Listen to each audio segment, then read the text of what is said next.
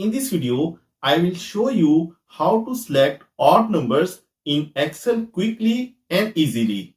The trick is very useful when you are working with student roll number, order ID, ticket numbers or any number list and you want to extract only the odd numbers.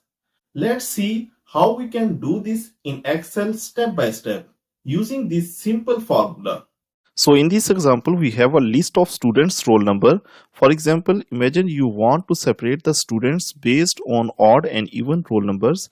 Many schools and universities do this while arranging exam seatings or grouping students. So here's in our data, we have the roll number and the student name. Now suppose we want to select only the student with odd roll numbers. For this purpose, we need to use the mod function. So here in the C column, I'll write equal mod and here I need to select the number. So I'll select this number. After this, I'll write 2. I'll close the parentheses and hit enter. To apply this formula to all, I'm going to drag this formula to all the dataset. You will notice two types of result. If the result is 0, it means the number is even. If the result is 1, it means the number is odd. This happens because the mod function returns the remainder after division. When a number is divided by 2, even numbers leave a remainder 0, while odd numbers leave a remainder 1.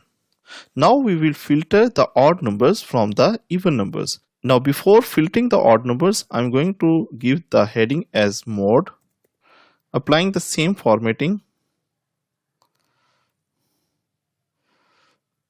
applying the border to it. Now to filter the data, I need to select the entire dataset. Then I'll go to the data tab. I'll click this filter option. This will create a drop down button right next to my headings. So here in the mod column, I will click this button and here I will uncheck 0 and only 1 will be remain checked and then I'll click OK. Excel is now showing only the rows that contain odd roll numbers. Alternatively, I can also check the 0 and uncheck 1 to select the student with the even roll numbers. This technique works with any numeric data such as order numbers, invoice IDs, ticket numbers, employees IDs.